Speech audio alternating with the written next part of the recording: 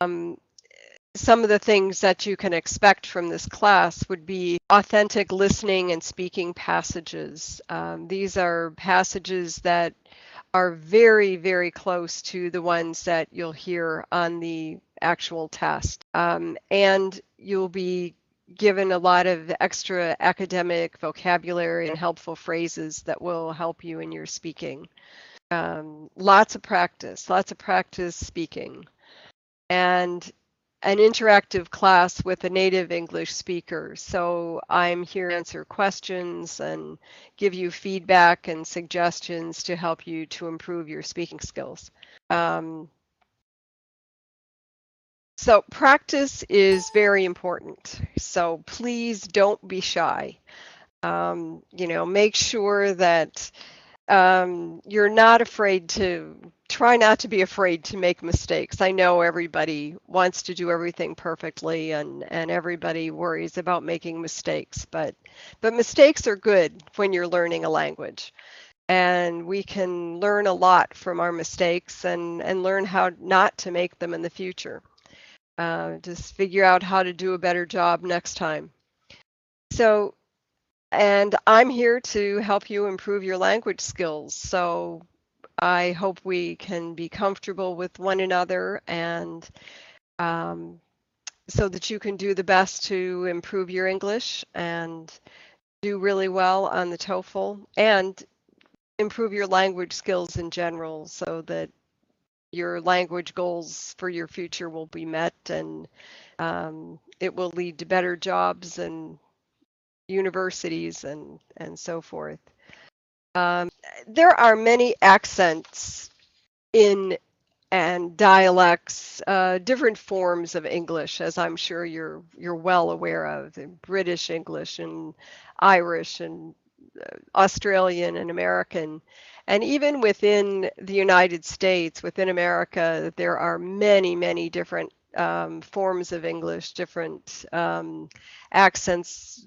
People in the South sound very different from the people in the North. And even within the northern parts of the United States, people in Minnesota and people in Boston sound very different from people who live in New York. So all of these things make English a little tricky when you're learning it, as far as understanding and speaking it. But my accent, or sort of lack of accent, is from the middle of this country, from Ohio, and it's actually considered the standard American English, and that is the type of English that is taught in all of the language schools. But that being said, having an accent is definitely not a bad thing.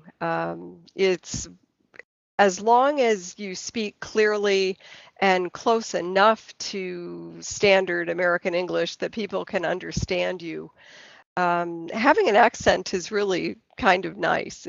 It's what makes everyone a little bit different or unique. So having good listening ability is a very important skill in order to improve your speaking skills. So if you learn to listen for certain information, main ideas, facts, details, examples, and listen for vocabulary and phrases that you can become comfortable with and use to express your own ideas, this will be very helpful when you have to answer questions and need to state your ideas clearly. So, and as well as in everyday communication, it's very important to be a good listener as well as a good speaker. And listening helps you to be a better speaker.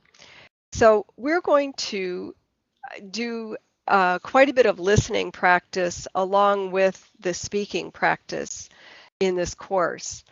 One of the things that I think is very helpful are of the listening, the pre-listening vocabulary that comes at the beginning of each of these units.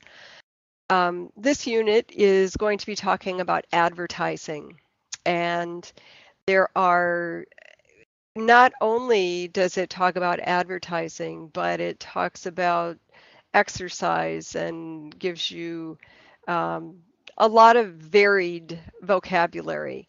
Um, if you would, let's see, why don't we look at this first listening activity, the pre-listening vocabulary, and what you're asked to do here is look at the words that are in boldface. So those are the words that are, in heavy type. So in the first example, it's infomercials. So Gina was watching infomercials on TV. She ordered a frying pan that was being advertised, but when she received it, she said it didn't work very well. So the word down below that means infomercials is um, B. It's a long commercial that's designed to provide information about a product or a service. The second one, she thinks advertisers made false claims about the product. It certainly doesn't work the way they said it would.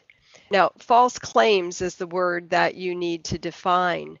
And many times you'll see that in the same sentence or in the next sentence, it will actually be almost defined for you or explained in a slightly different way. So false claims and it doesn't work the way they said it would kind of gives you the answer. So it's, of course, H. It's a dishonest statement.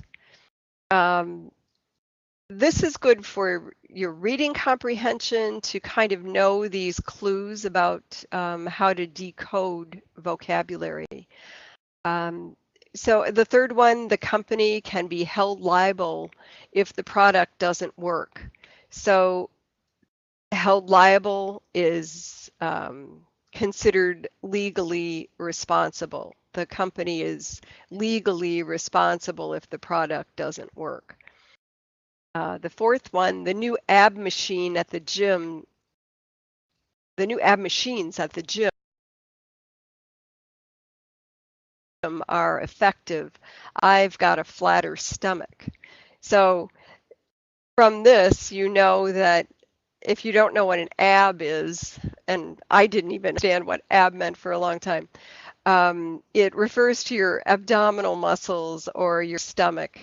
So the answer would be C, exercise machines that make the abdominal or stomach muscles stronger.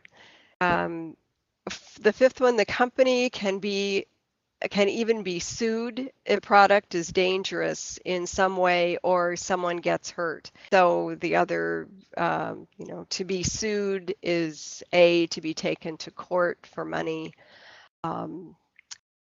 And this is, you paid $25 for that beautiful watch? Come on, it looks so expensive.